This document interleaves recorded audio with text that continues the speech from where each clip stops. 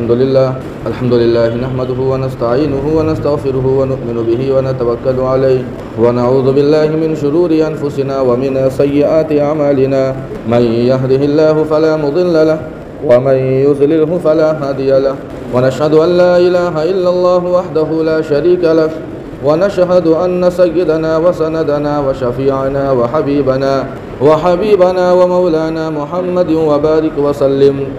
أما بعد قال الله تبارك وتعالى في كلامه المجيد والفرقان الحميد أعوذ بالله من الشيطان الرجيم بسم الله الرحمن الرحيم وإذ قال موسى لفتاه لا أبرح حتى أبلغ مجمع البحرين أو أمضي حقبا صدق الله مولانا العظيم وصدق رسوله النبي الكريم ونحن على ذلك لمن الشاهدين والشاكرين والحمد لله رب العالمين.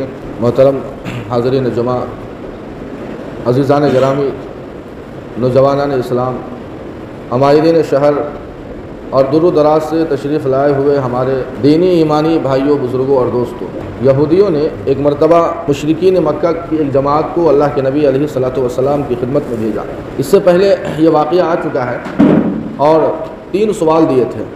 کہا کہ جاؤ اور پوچھ کر آؤ کہ اصحاب کہف کون تھے، اور اسی طرح حضرت ذوالقرنین کے بارے میں کہا تھا کہ جاؤ اور ذوالقرنین کے بارے میں پوچھ کر آؤ کہ ذوالقرنین کون تھے. اور تیسرا جو سوال تھا وہ حضرت موسیٰ علیہ الصلوۃ والسلام اور حضرت خضر علیہ الصلوۃ والسلام کے تعلق سے تھا. اصحاب کہف اور ذوالقرنین کے بارے میں آپ کے سامنے بات آ چکی ہے بہت تفصیل سے. آج کے جمعے میں انشاءاللہ حضرت موسیٰ علیہ الصلوۃ والسلام اور حضرت خضر علیہ السلام، ان دونوں کا جو واقعہ اللہ تعالیٰ نے قرآن پاک میں بیان فرمایا، یہ بہت ہی سبق آموز واقعہ ہے، اور اس واقعے کے ذریعے سے ہمیں بہت ساری نصیحتیں ملتی ہیں. اللہ تعالیٰ نے قرآن پاک میں جو قصے جو بیان کیے ہیں وہ دراصل حکمت کے لیے ہوتے ہیں، عبرت کے لیے ہوتے ہیں، سبق کے لیے ہوتے ہیں کہ انسان ان کے ذریعے سے سبق لے، انسان نصیحت لے، ورنہ یہ کتاب قصے اور کہانیوں کی یہ کتاب نہیں ہے. اب یہ جو واقعہ ہے حضرت موسیٰ علیہ السلام اور حضرت خضر کا، اس کا پس منظر کیا ہے؟ آخر اس واقعے کو کیوں بیان کیا گیا؟ تو اس کے پس منظر میں بلکہ پوری تفصیل سے احادیث کی کتابوں میں اور قرآن پاک کے اندر بھی، خصوصاً صحیحین کے اندر یعنی بخاری اور مسلم کے اندر بہت تفصیل سے اس واقعے کو بیان کیا. لیکن میرے ہاتھ میں قرآن کریم ہے اور مکمل 2 رکوع پر مشتمل، آیت نمبر 60 سے آیت نمبر 82، مکمل ان 2 رکوع میں اللہ تعالیٰ نے اس واقعے کو بیان کیا. اس کا پس منظر کیا ہوا؟ حضرت موسیٰ علیہ السلام اور حضرت خضر کے واقعے کا پس منظر سمجھیے. ایک مرتبہ حضرت موسیٰ علیہ الصلوۃ والسلام اپنی قوم کے سامنے بیان کر رہے تھے، تقریر کر رہے تھے، واعظ کر رہے تھے. بڑی اچھی تقریر، بڑا اچھا واعظ کیا. جب اس بیان سے فارغ ہوئے تو مجمع میں سے کسی آدمی نے پوچھا حضرت موسیٰ علیہ السلام سے، کیا سوال کیا؟ کہا کہ ای الناس عالم، کہ اس دنیا میں لوگوں میں، تمام لوگوں میں سب سے بڑا عالم کون ہے؟ یہ سوال تھا سامنے والے کا، اور سوال کیا گیا حضرت موسیٰ علیہ السلام سے کہ سب سے بڑا عالم کون ہے اس دنیا میں؟ تو اصل اس کا جواب تو ہونا یہ چاہیے تھا کہ سب سے بڑے علم والے تو اللہ تعالیٰ ہے، اس کے بعد ہی کوئی ہے. لیکن حضرت موسیٰ علیہ الصلوۃ والسلام نے کہا کہ انا عالم، میں سب سے بڑا جانکار ہوں، یعنی میں سب سے بڑا عالم ہوں. حالانکہ حضرت موسیٰ نے کوئی غلط نہیں کہا تھا. اس دنیا میں، اس دھرتی پر نبی سے بڑا کوئی عالم نہیں ہو سکتا، نبی سے بڑا کوئی نیک، کوئی متقی، کوئی پرہیزگار نہیں ہو سکتا.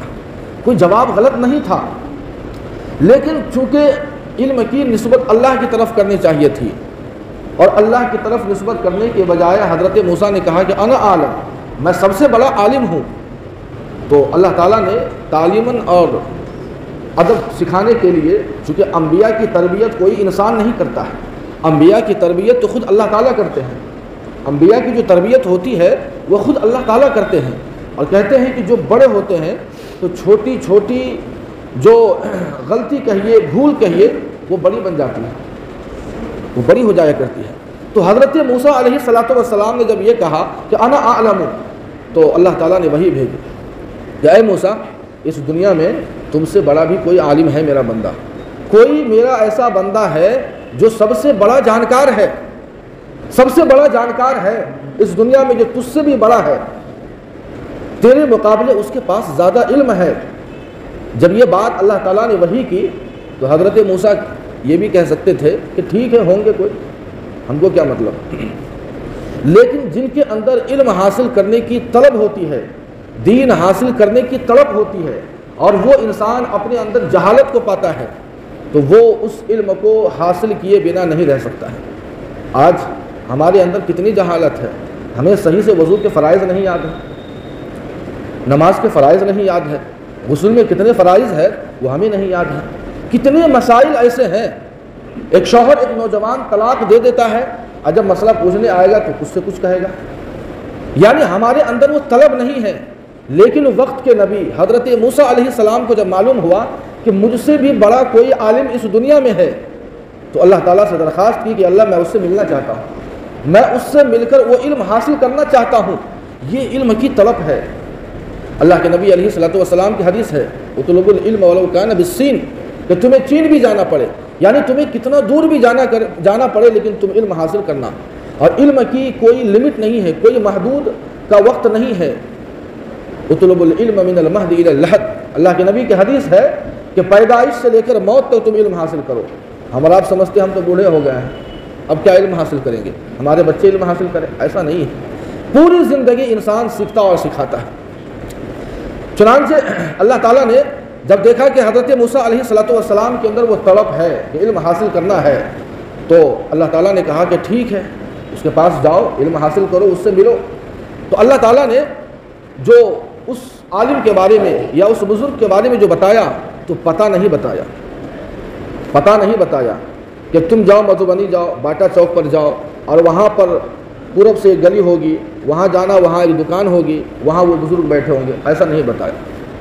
جو اللہ کے ولی ہوتے ہیں وہ اپنی پہچان سے پہچانے جاتے ہیں، ان کی علامتیں ہوتی ہیں۔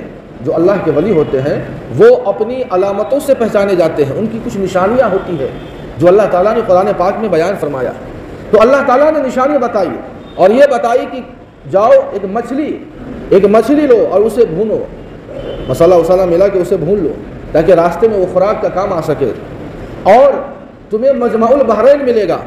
مجمع البحرین جہاں دو دریاؤں کا سنگم ہوتا ہے، جیسے ہمارے ملک میں گنگا اور جمنا، ان دونوں کا سنگم الہ آباد میں ہوتا ہے، وہ مجمع البحرین ہے۔ تو اللہ تعالیٰ نے یہ نشانیاں بتائی کہ تم مچھلی لے لو ایک تھیلی میں، زنبیل میں، اور اس کے بعد اس مچھلی کو لے کر ساتھ چلو، اور یہ مچھلی مجمع البحرین پر پہنچنا، اور وہاں یہ مچھلی زندہ ہو کر یہ اس سمندر میں کودے گی، وہی جگہ ہے جہاں وہ اللہ کے ولی اور وہ بڑے عالم جو آپ سے بھی بڑے ہیں وہ ملیں گے۔ چنانچہ اس کے بعد حضرت موسیٰ علیہ الصلوۃ والسلام نے اپنے خادم حضرت یوشع بن نون، جن کا نام ہے جو آگے چل کر اللہ تعالیٰ نے نبی بنایا، وَإِذْ قَالَ مُوسَىٰ لِفَتَاهُ لَا أَبْرَحُ حَتَّىٰ أَبْلُغَ مَجْمَعَ الْبَحْرَيْنِ أَوْ أَمْضِيَ حُقُبًا، حضرت موسیٰ نے اپنے خادم سے کہا، لِفَتَاهُ اپنے نوجوان سے کہا۔ ایک بات اور سمجھیے، ہمارا جو خادم ہوتا ہے، جو نوکر ہوتا ہے، جو غلام ہوتا ہے، جو ہمارے ماتحت کام کرتا ہے، عموماً ہم اسے برے القاب سے پکارتے ہیں، برے ناموں سے پکارتے ہیں، لیکن قرآن نے ہمیں یہ سبق دیا۔ حضرت موسیٰ نے کہا، اپنے نوجوان سے کہا، خادم نہیں کہا، نوکر نہیں کہا، غلام نہیں کہا۔ یہ اصل غلام اور خادم اور نوکر جو ہمارے ماتحت کام کرتے ہیں، ان کے لیے کیا القاب، کس القاب سے پکارنا چاہیے، اللہ نے ہمیں سبق دیا کہ ہم اور آپ انہیں اچھے القاب سے پکاریں۔ عموماً ایسا نہیں ہوتا ہے۔ مثال کے طور پر اگر آپ کی دکان میں کوئی کام کرنے والا آپ کا نوکر ہے اور وہ انسان بیچارہ وہ کالا ہے تو ہم اسے کالو کہتے ہیں، ابے کالو ادھر آ۔ اگر بیچارہ وہ موٹا ہے تو موٹو کہتے ہیں۔ اچھے لقب سے، اچھے نام سے پکارنا چاہیے۔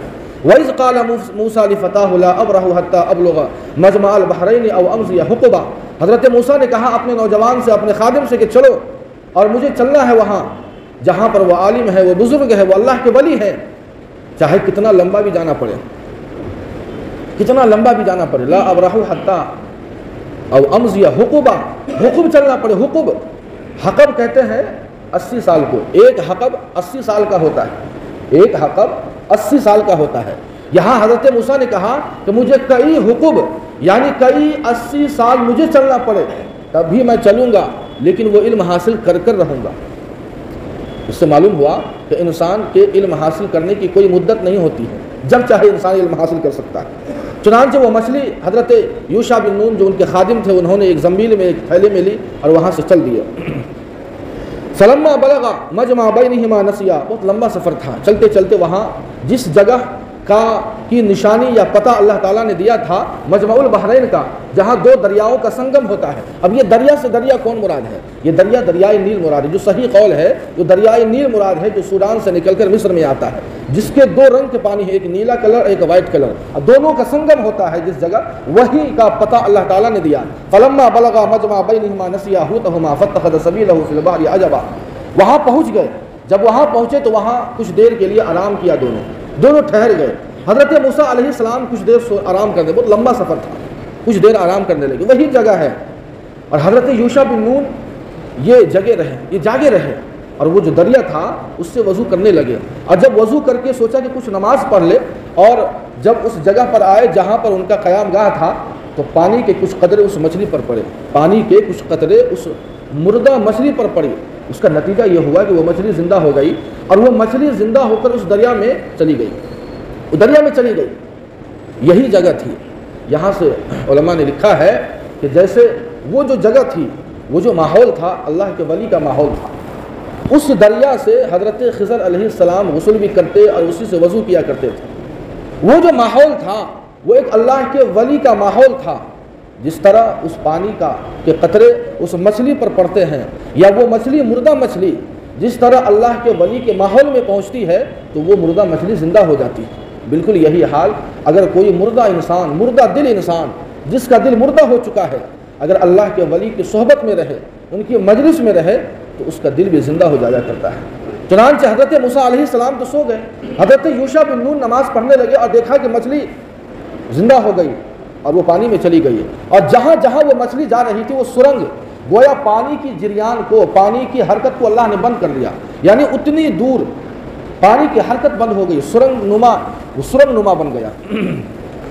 تو اب حضرت یوشع نے سوچا کہ حضرت موسیٰ تو سو رہے ہیں، ابھی جگانا مناسب نہیں ہے، لہذا جب اٹھیں گے تو ان کو سارا واقعہ بیان کر دیں گے۔ لیکن جب حضرت موسیٰ علیہ السلام جاگتے ہیں تو حضرت موسیٰ علیہ السلام کی جب نیند کھلتی ہے تو حضرت یوشع بن نون بھول گئے واقعہ بتانا، اور پھر دوبارہ وہاں سے سفر شروع ہوتا ہے۔ فلما بلغ مجمع بینہما نسیا حوتہما فاتخذ سبیلہ فی البحر سربا فلما جاوزا قال لفتاہ آتنا غداءنا لقد لقینا من سفرنا ھذا نصبا۔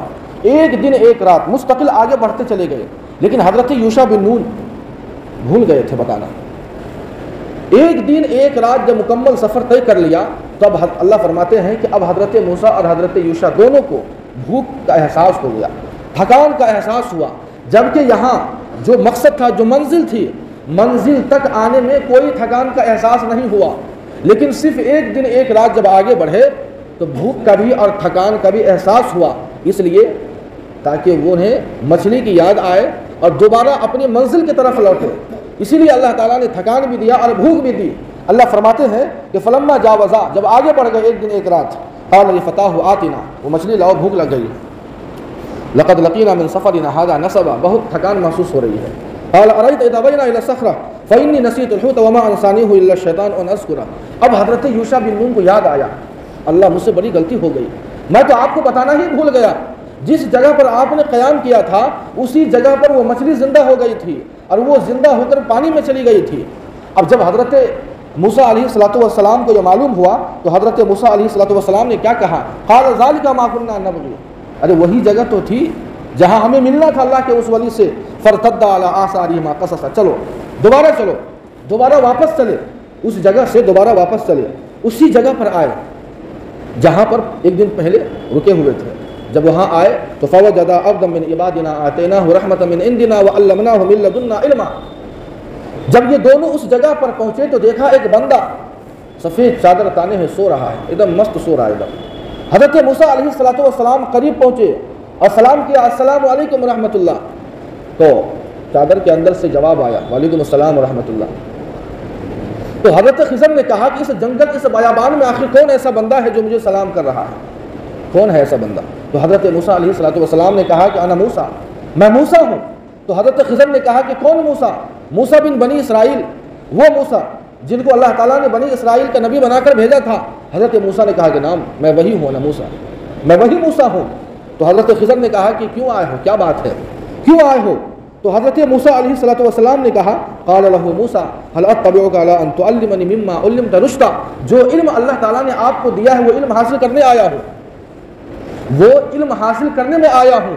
اب یہاں ایک رک کر ایک بات اور سمجھیے کہ آخر وہ کون سا ایسا علم تھا جو ایک نبی کے پاس نہیں تھا، جبکہ حضرت خضر علیہ السلام متفق علیہ طور پر باتفاق رائے وہ نبی نہیں ہے، وہ نبی نہیں ہے۔ آخر کون سا ایسا علم تھا جو حضرت خضر کے پاس ہے لیکن حضرت موسیٰ جو وقت کے نبی ہے اور نبی ہی نہیں، 5 اولو العزم انبیاء اور رسول میں ان کا شمار ہوتا ہے، حضرت نوح علیہ السلام، حضرت ابراہیم علیہ السلام، حضرت موسیٰ علیہ السلام، حضرت عیسیٰ علیہ السلام اور ہم سب کے آقا جناب محمد رسول اللہ صلی اللہ علیہ وسلم۔ یہ 5 انبیاء ایسے ہیں جن کا مقام سب سے اونچا ہے، جنہیں اولو العزم قرآن نے کہا ہے۔ اگر بالفرض وہ نبی بھی تھے حضرت خضر، ان سے درجے میں کم تھے، تو ایسا کون سا علم تھا حضرت خضر کے پاس جو حضرت موسیٰ کے پاس نہیں تھا؟ دراصل علماء نے لکھا ہے کہ حضرت موسیٰ علیہ الصلوۃ والسلام کے پاس وہ تشریعی علم تھا، شریعت کا علم تھا، وہ ظاہری علم تھا، حلال ہے، حرام ہے، یہ جائز ہے، یہ ناجائز ہے، یہ صحیح ہے، یہ غلط ہے، یہ اچھا ہے، یہ برا ہے، یہ پردہ ہے۔ مثال کے طور پہ پردے کے سامنے جو چیز نظر آ رہی ہے جسے ظاہری علم کہا جاتا ہے، وہ علم انبیاء کو دیا گیا۔ لیکن حضرت خضر کے بارے میں آتا ہے کہ ان کے پاس تشریعی علم نہیں بلکہ تکوینی علم تھا۔ اب تکوینی علم کیا ہوتا ہے؟ پردے کے پیچھے اللہ کی حکمت کیا ہے؟ یہ بارش ہو رہی ہے، ہم سمجھتے ہیں کہ بارش ہو رہی ہے، یہ چیز حرام ہے، ہم کو اتنا ہی علم دیا کہ یہ حرام ہے، یہ حلال ہے، لیکن اس کے پیچھے کیا نظام ہے اللہ کا، جسے تکوینی علم کہا جاتا ہے، یہ حضرت خضر علیہ الصلوۃ والسلام کو اللہ نے عطا کیا تھا۔ تو حضرت موسیٰ کے پاس تشریعی علم ہے، ظاہری علم ہے، شریعت کا علم ہے، جبکہ حضرت خضر کے پاس تکوینی علم ہے، باطنی علم ہے، پردے کے پیچھے والا علم ہے، وہ علم حاصل کرنے آئے تھے۔ تو اب حضرت خضر نے کہا قال انک لن تستطیع معی صبرا، تم میرے ساتھ نہیں رہ سکتے ہو، نہیں رہ سکتے ہو، وکیف تصبر علی ما لم تحط به خبرا، اور کیسے رہ سکتے ہو؟ اس لیے کہ تمہارے پاس کوئی اور علم ہے اور میرے پاس کوئی دوسرا علم ہے، تم میرے ساتھ صبر نہیں کر سکتے۔ لیکن حضرت موسیٰ کے اندر طلب تھی، علم کی طلب تھی، انہیں علم حاصل کرنا تھا۔ اسی لیے لکھا ہے علماء نے کہ علم کے راستے میں، علم کے حصول کے راستے میں، دین کے حصول کے لیے پریشانیاں آتی ہے، لیکن کامیابی اسی وقت ملتی ہے جب انسان ان ساری پریشانیوں کو جھیل لیتا ہے۔ ساری پریشانیوں کو جھیل کر جو انسان آتا ہے وہ انسان کامیاب بنتا ہے۔ آپ پوچھئے ان کامیاب انسان سے، آپ کے مجلس میں بھی، اس مجلس میں بھی بہت سارے لوگ ایسے ہیں جو آپ کی نظر میں کامیاب ہے، آپ پوچھئے ان لوگوں سے کہ انہوں نے علم کیسے حاصل کیا۔ اتنی آرائش نہیں تھی، یہ عائش کے سامان نہیں تھے، اتنی پریشانیاں۔ آج تو اگر ایک پینسل ختم ہو جائے تو باپ پورا ڈبہ لے آتا ہے، پورا ڈبہ پینسل کا، ایک کاپی ختم ہو پورا درجن لے آتا ہے، لیکن اس زمانے میں یہ کاپی کہاں، یہ پینسل کہاں؟ پوچھئے ان لوگوں سے، تب جا کر آج یہ کامیاب نظر آتے ہیں۔ تو حضرت موسیٰ علیہ الصلوۃ والسلام نے کہا قال ستجدنی ان شاء اللہ صابرا ولا اعصی لک امرا، دیکھیے میں صبر کروں گا، میں برداشت کروں گا، میں صبر کروں گا انشاءاللہ، ولا اعصی لک امرا۔ جب صبر کی بات آئی تو حضرت موسیٰ نے انشاءاللہ کہا، جب ولا اعصی لک یعنی لغزش کی بات آئی، یعنی قانون توڑنے کی بات آئی، لغزش کی بات آئی، بھول کی بات آئی، تب انشاءاللہ نہیں کہا، تب انشاءاللہ نہیں کہا، اس لیے کہ انشاءاللہ اچھے کام کے لیے کہا جاتا ہے۔ اب مان لیجیے ایک آدمی کو چوری کرنی ہے رات میں، تو اپنے ساتھیوں سے کیا کہا، دیکھو میں آج رات میں انشاءاللہ چوری کرنے جاؤں گا، تو انشاءاللہ کا کام صحیح کام کے لیے ہوتا ہے۔ قال فإن اتبعتني فلا تسألني عن شيء حتى أحدث لك منه ذكرا۔ اب حضرت موسیٰ علیہ الصلوۃ والسلام نے کہا کہ ٹھیک ہے، جو آپ کہیں گے میں اس پر راضی ہوں، جو آپ کہیں گے میں برداشت کروں گا، آپ کی ساری باتیں مانوں گا۔ اب حضرت خضر نے کہا کہ ٹھیک ہے، اگر تمہیں چلنا ہے تو میری بات یاد رکھو، میری شرط کو یاد رکھو، میں جو بھی کام کروں گا تمہیں اعتراض نہیں کرنا ہے، تمہیں اعتراض نہیں کرنا ہے، تمہیں پوچھنا نہیں ہے کہ آپ نے ایسا کیوں کیا، آپ نے غلط کیا، آپ نے یہ کام غلط کیا، آپ کو ایسا نہیں کرنا چاہیے، تمہیں ٹوکنا نہیں ہے، بس دیکھنا ہے، دیکھتے رہنا ہے کہ میں کیا کرتا ہوں۔ فلا تسألنی عن شيء حتى أحدث لك منه ذکرا، ہاں میں اخیر میں تمہیں بتا دوں گا، جو بھی کام میں کروں گا، حرکت کروں گا، میں اس کی وجہ آخر میں تمہیں ضرور بتاؤں گا، لیکن تمہیں ٹوکنا نہیں ہے۔ فانطلقا، اب چلے، حتی اذا رکبا فی السفینۃ خرقھا، اب وہاں سے چلے، چونکہ دریا ہے، دریا کے اس پار جانا ہے، تو اب ایک کشتی کے انتظار میں تھے۔ کشتی آئی، جو حضرت خضر علیہ الصلوۃ والسلام کا مسکن وہی تھا، وہی رہتے تھے۔ دیکھا کہ حضرت خضر ہے، پہچان گئے، کہا کہ حضرت آئیے تشریف لائیے، آپ کو جانا ہے اس پار۔ چنانچہ اس کشتی پر بیٹھے، حضرت خضر اور حضرت موسیٰ علیہ السلام دونوں بیٹھے، اور اس کے بعد بیچ جب وہ کشتی بیچ سمندر میں جب پہنچتی ہے تو خرقھا، اس کے ایک پٹے کو، تختے کو اکھاڑ دیا، اس کے ایک تختے کو اکھاڑ دیا۔ اب حضرت موسیٰ علیہ السلام کو غصہ آ گیا، ویسے بھی جلالی تھے، آپ جانتے ہی ہیں۔ کہا کہ قال اخرقتھا لتغرق اہلھا، آپ نے کیوں اس کو اکھاڑا؟ ایک تو بیچارے نے احسان کیا کہ ہمیں فری میں بٹھا لیا، اور آپ نے اس کے تختے کو اکھاڑ دیا۔ لتغرق اہلھا، اس پر غور کرنے کی بات ہے، تاکہ کشتی والے سب غرق ہو جائے، سب ڈوب جائے۔ ایک نبی جو ہوتا ہے، نبی اور ولی، نبی ہو رسول ہو، نبی اور رسول کو اپنے سے زیادہ اپنی امت کی فکر ہوتی ہے۔ حضرت موسیٰ نے یہ نہیں کہا کہ تاکہ میں ڈوب جاؤں، آپ ڈوب جائے، یہ نہیں کہا، کشتی میں سوار لوگوں کے بارے میں کہا لتغرق اہلھا، تاکہ یہ لوگ ڈوب جائیں۔ یعنی پہلے ان کی فکر ہے، ایک نبی اور رسول کی یہ پہچان ہے کہ اپنی فکر کرنے سے زیادہ اپنے امتی کی فکر انہیں ہوتی ہے۔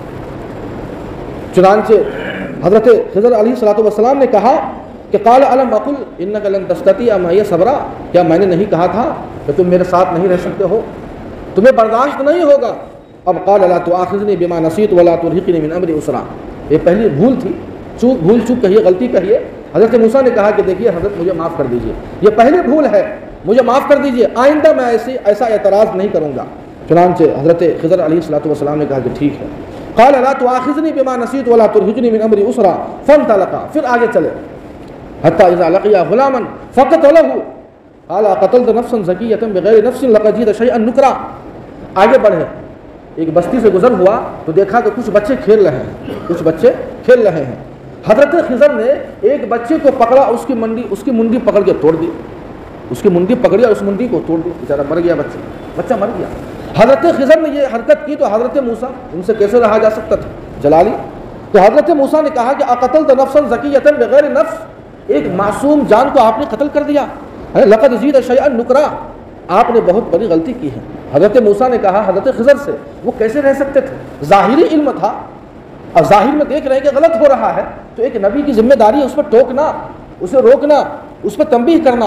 لیکن حضرت خضر کے پاس تو تکوینی علم ہے، وہ سمجھ رہے ہیں کہ آخر تختہ اکھاڑنے کے پیچھے کیا حکمت ہے، اور اس بچے کو قتل کرنے کے پیچھے کیا حکمت ہے، جو حضرت موسیٰ کے پاس وہ علم نہیں تھا تکوینی، اور وہی حاصل کرنے آئے تھے۔ لقد جئت شیئا نکرا، نکرا کہتے ہیں ہر وہ نقصان جس کو دوبارہ صحیح نہیں کیا جا سکے۔ اب مان لیجیے ایک آدمی اگر مر جاتا ہے تو وہ دوبارہ زندہ نہیں ہو سکتا ہے، تو نکرا اسے کہتے ہیں۔ قال الم اقل لک، پہلے کہا تھا حضرت خضر نے، جب پہلی مرتبہ جب ٹوکا حضرت موسیٰ نے کیا کہا تھا، کیا میں نے نہیں کہا تھا، کیا میں نے تجھ سے کا لفظ نہیں کہا، لیکن یہ دوسری مرتبہ جب حضرت موسیٰ نے ٹوکا تو کیا کہا، قال الم اقل لک، کیا میں نے تم سے نہیں کہا تھا، یعنی غصہ سمجھ سکتے ہیں، کیا میں نے تم سے نہیں کہا تھا کہ تم میرے ساتھ نہیں رہ سکتے۔ قال ان سألتک عن شیء بعدها فلا تصاحبنی، دو غلطی ہو گئی ہے، یاد رکھو، اگر اب یہ آخری موقع ہے، اگر تیسری تم نے اگر غلطی کی، یعنی تیسری مرتبہ اگر تم نے مجھے ٹوکا تو فلا تصاحبنی، میں اپنے ساتھ تمہیں نہیں رکھوں گا۔ چنانچہ اس کے بعد قد بلغت من لدنی عذرا، حضرت موسیٰ نے کچھ عذر کیا، پھر آگے چلے۔ فانطلقا حتی اذا اتیا اہل قرية استطعما أهلها فأبوا أن يزيفوهما فوجدا فيها جدارا يريد أن ينقض فأقامه قال لو شئت لاتخذت عليه أجرا۔ اب دونوں آگے بڑھے، ایک بستی کے پاس سے گزر ہوا، رات ہو گئی، تو حضرت موسیٰ اور حضرت خضر نے ان بستی والوں کو کہا کہ دیکھو ہم مسافر ہیں، ہوٹل کا زمانہ تو تھا نہیں، ہم مسافر ہیں، ہمارے لیے کھانے کا انتظام کر دیجئے، ہم کچھ ٹھہر جائیں گے، کچھ بستر کر دیجئے تاکہ رات کا انتظام ہو جائے۔ لیکن فأبوا، انہوں نے انکار کر دیا، أن يزيفوهما، مہمان نوازی کرنے سے انکار کر دیا، اور جب انکار کر دیا تو جھگڑ تو نہیں سکتے ہیں۔ چنانچہ کسی طرح حضرت موسیٰ اور حضرت خضر نے رات گزاری، اب صبح ہوتی ہے، پھر وہاں سے چلتے ہیں، اس بستی سے آگے بڑھ رہے ہیں۔ جب بستی سے گزر رہے تھے تو دیکھا ایک دیوار گر رہی تھی، ایک دیوار گرنے کے قریب تھی۔ حضرت خضر نے حضرت موسیٰ سے کہا کہ جلدی چلو اس دیوار کو صحیح کر دیتے ہیں۔ چنانچہ دونوں جاتے ہیں اور جو بھی طریقہ ہو انہوں نے دیوار کو صحیح کر دیا، دیوار کو صحیح کر دیا۔ تو حضرت موسیٰ پھر غصہ گئے، کہا کہ ان لوگوں نے ایک تو ہمیں کھانا نہیں کھلایا، ہمیں رہنے نہیں دیا اور اس کے ساتھ آپ احسان کر رہے ہیں. چھوڑ دیتے, گر جاتی دیوار, نقصان ہو جاتا. اگر آپ کو دیوار ہی ٹھیک کرنا تھا تو کچھ پیسے لے لیتے, جس کا گھر تھا اس سے کچھ پیسے لے لیتے, ہمارا کچھ کھانے کا انتظام ہو جاتا. آپ نے فری میں ان کو چھوڑ دیا, ان کو احسان کر دیا, آپ نے دیوار صحیح کر دی. اب یہ تیسری مرتبہ, جب دوسری مرتبہ غلطی ہوئی تھی, بھول ہوئی تھی, تو حضرت خضر نے وارننگ دیتی تھی, فلا تصاحبنی, میں نہیں رکھوں گا اپنے ساتھ. اب یہ تیسرا موقع تھا. اب حضرت خضر علیہ الصلوۃ والسلام نے کیا کہا, ھذا فراق بینی و بینک, اب ہم تم کو آگے نہیں لے جا سکتے, یہیں سے ہماری یا تمہاری جدائی. ھذا فراق بینی و بینک, اب آگے تم میرے ساتھ نہیں چل سکتے. لیکن سأنبئک بتأویل ما لم تستطع علیہ صبرا, جانے سے پہلے تم ذرا سمجھ لو کہ آخر میں نے وہ تختہ کیوں اکھاڑ دیا تھا, اس بچے کو میں نے کیوں قتل کر دیا, اور اس گرتی دیوار کو میں نے کیوں صحیح کیا. اس موقع پر جب یہ واقعہ اللہ کے نبی علیہ الصلوۃ والسلام صحابہ کرام کو بتا رہے تھے, تو اللہ کے نبی علیہ الصلوۃ والسلام نے صحابہ سے کہا کہ کاش حضرت موسیٰ کچھ دیر کے لیے اور خاموش ہو جاتے تو کچھ اور بھید ہمارے سامنے کھل کر آ جاتا. لیکن حضرت موسیٰ سے رہا نہیں گیا, اور یہ تیسری مرتبہ یہ وارننگ تھی, غلطی تھی. اب ھذا فراق بینی و بینک, اب جدائی, اب نہیں رہ سکتے ہو. لیکن اب اس کی وجہ حضرت خضر بتا رہے ہیں. قرآن کیا کہتا ہے دیکھیے, اما السفینۃ فکانت لمساکین یعملون فی البحر فاردت ان اعیبها وکان وراءهم ملک یاخذ کل سفینۃ غصبا, وہ جو کشتی تھی جس کو میں نے عیبدار بنا دیا, وہ صحیح سالم کشتی تھی, اور میں نے اس کے تختے کو اکھاڑ کر اسے عیبدار میں نے اس لیے بنا دیا کہ اس پار جب یہ صحیح سالم اور خوبصورت جب یہ کشتی اس پار جاتی تو وہاں کا جو بادشاہ تھا اس کی عادت یہ تھی کہ جو صحیح سالم کشتی ہوتی تھی اس پر قبضہ کر لیتا, اسے غصب کر لیتا. جب اس کشتی کو وہ قبضہ کر لیتا تو یہ بیچارے 5 بھائی 10 بھائی ہے جو غریب ہے, مسکین ہے, اسی کشتی سے اپنی روزی روٹی چلا رہے ہیں. اگر وہ کشتی کو آج قبضہ کر لیتا, اس پر حاوی ہو جاتا وہ بادشاہ, تو ان کے پیٹ پر لت مر جاتا, ان کی روزی روٹی چھن جاتی. اس لیے میں نے اسے عیبدار بنا دیا تاکہ وہ بادشاہ, ظالم بادشاہ اس کشتی پر ہاتھ نہ ڈالے اور اس پر نظر بد نہ لگائے, یعنی اس کشتی کو نہ چھینے. یہ تو سمجھ میں آ گیا. اب معاملہ بچے کا تھا. ایک بات اور یاد رکھیے, ان اعیبها, حضرت خضر نے کیا کہا کہ میں نے اردت ان اعیبها فاردت ان اعیبها, میں نے ارادہ کیا کہ میں اس کو عیبدار بناؤں.